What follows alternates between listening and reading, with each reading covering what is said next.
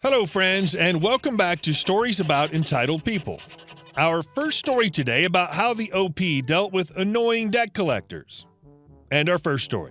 If you want your day to be a little better, debt collectors. I have a stressful job in a homeless shelter, and when people ask me how I can keep doing what I'm doing, I tell them this story. A little explanation is required. Please be patient. The way debt collection works where I'm from is like this. Customers don't pay bill, companies sell debt to debt collectors to get their money, debt collectors buy the debt and charge the customers interest, basically taking the headache off the company's hands. So every once in a while, I have debt collectors call my shelter asking for one of my clients. This is how the conversations usually go. DC is debt collector. DC, hi, is so-and-so there? Me. I'm sorry, I can't release information of whether someone is here or not. Can I take a message? My clients are protected under the Public Health Information Act, or FHIA, so I can't release confidential information unless there's a court order. DC, who's probably heard every excuse in the book and thinks I'm lying to avoid them, starts to give me attitude. No, thank you. You can't tell me if so-and-so is there? Me, no, I can't. People are protected under FHIA here. DC, FHIA? At this point, I know who they are and don't offer up information. I make them do all the work. Me, explains FHIA, all hospitals, nursing homes, and other healthcare providers use it. DC, oh, I'm sorry, what place is this? Me, says name of organization. DC, still giving me attitude, and what is that? Me, a homeless shelter. Click. The debt collector hangs up on me. Long story short, I get the privilege to tell debt collectors they are screwed and are never getting their money.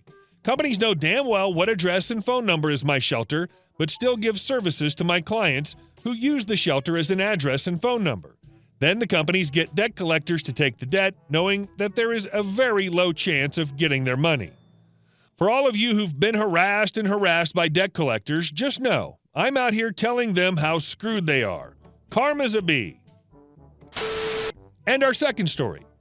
Neighbor threatens to sue me for something ridiculous, so I take action first. Little backstory.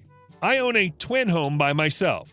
The other side of the twin home is rented by 3 guys in their early 30s. Earlier this year, there was an incident where one of the roommates ruined my basement carpet by leaving his sump pump hose laid against my house.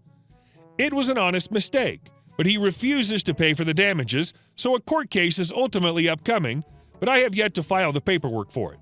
So as you can imagine, things are a little tense between us at the moment. Now that that's out of the way, on to the story. This past weekend, a friend of mine ran into one of the roommates that lives next to me. Neither of them realized that they knew me, but after a while they found out that they both knew me. My neighbor went off, saying I'm the neighbor from hell because I plan on taking the other roommate to court to recover my costs for the basement. He said that if I do go through with the lawsuit, that the homeowner they rent from is going to sue me back, claiming the deck on my house is not up to code. To the best of my knowledge, you can't sue someone for that since it's not causing you any financial harm, and they're not the building police. However, just in case something did come about, I checked property records and verified that all permits and inspections were properly done for my deck, so I'm covered. But this got me thinking. Last summer, my neighbors built their deck, so I checked with the city and discovered that no permits were filed for it. So guess who's going to be getting a visit from the city building inspector later this week? Ultimately, it may result in them having to tear it down completely, but more likely is that they'll just have to pay a fine. And our last story. Don't mess with the IT guy. Background. This happened back in the late 90s during the .com era. During this period, if you were good at IT, and sometimes if you weren't, employers would be fighting for you, and a person could make very good money just by switching jobs or transferring to another city. As an example, from 1997 through 2000, I was able to triple my salary by making strategic moves and relocating across the country. I was working for a small software company in a niche market located just outside Boston. I'd been working for the company for a couple of years when we all learned we'd been bought out by another company based in New Jersey.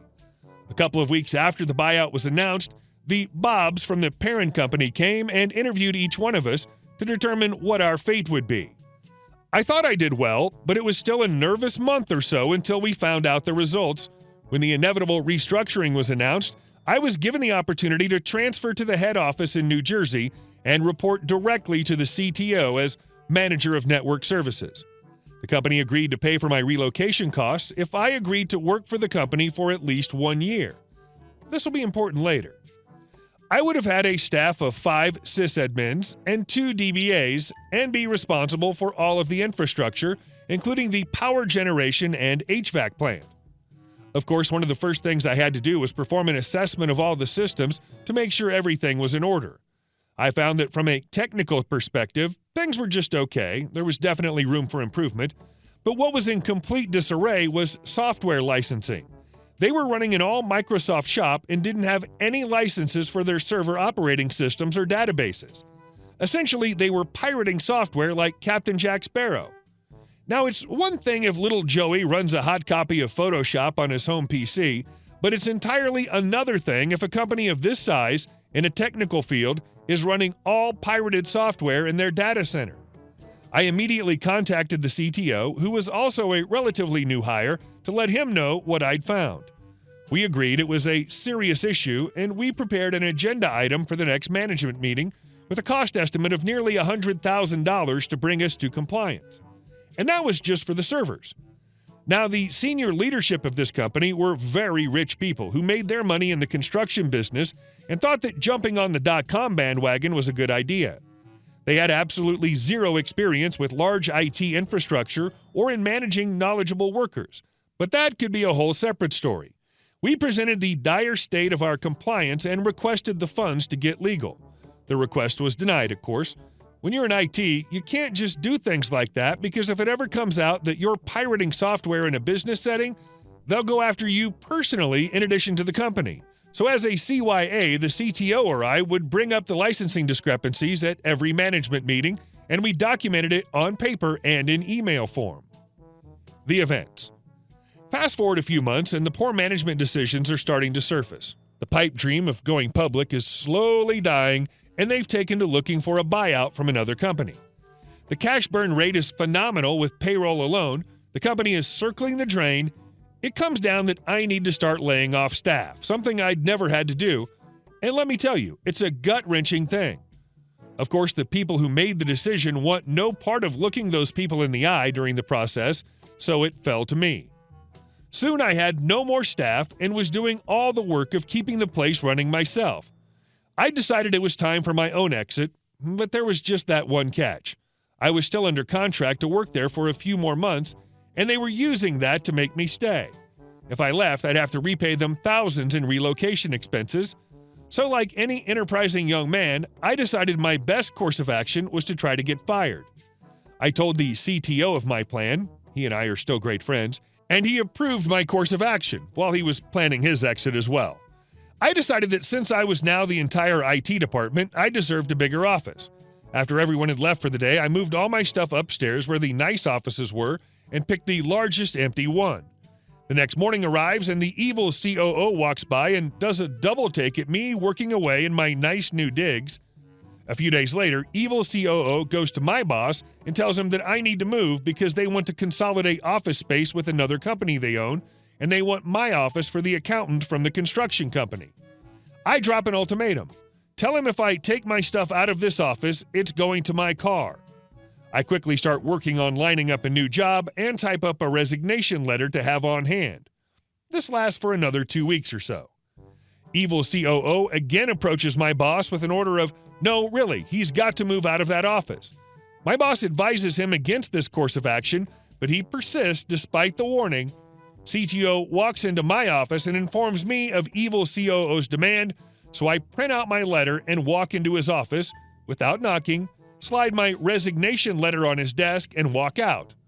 The look on his face was priceless. You'd need a shovel to scrape his jaw off the desk. I'd already packed most of my things, so I grab the box and walk out the door. The end? Oh no, my friends, this is only the beginning. The revenge. When payday comes around, I call to inquire about my last paycheck. Evil COO tells me they're withholding it as compensation for the relocation expenses. I inform him that it's illegal to do that. They can sue me for the expenses if they want, but by law they have to pay my wages. He again refuses, and I drop ultimatum number 2. Either you cut me a check now, or when we hang up, I'm going to make 2 phone calls, and you're not going to like what happens. He said, do what you got to do. Okay, but don't say I didn't warn you. I also found out when I asked for Cobra that they'd been deducting health insurance from my paychecks, but had never set me up with a policy. So I'd been paying for exactly nothing all those months. Call number 1 was to the New Jersey State Labor Board to report the non-payment of wages. Call number 2 was to the Software Publishers Association, which at the time represented a number of companies, including Microsoft, in licensing disputes. I provided them with documentation of all their systems, the state of their licensing non-compliance, and offered to testify at any depositions or trials that may be required. I also warned my CTO buddy that this was in process and to get ready for the coming storm. The labor board hearing came about, and we went before the arbitrator. The HR lady smugly provided the signed agreement regarding the moving expenses, which I had included in my filing anyway, thinking that would be her silver bullet. After they made their case, I argued that because I had been offered the position of manager of network services, but had to lay off my whole staff, I was no longer a manager, and thus they'd breached their part of the agreement. The arbitrator agreed. She ordered them to write me a check on the spot for the missing wages, times 3 as a penalty, and to repay all the healthcare premiums that had been deducted from my checks. Phase 1 complete. CTO reported to me that the SBA showed up with lawyers and accountants to do an audit on all their systems. CTO provided them with the documentation that we'd presented where this was a problem, along with their responses.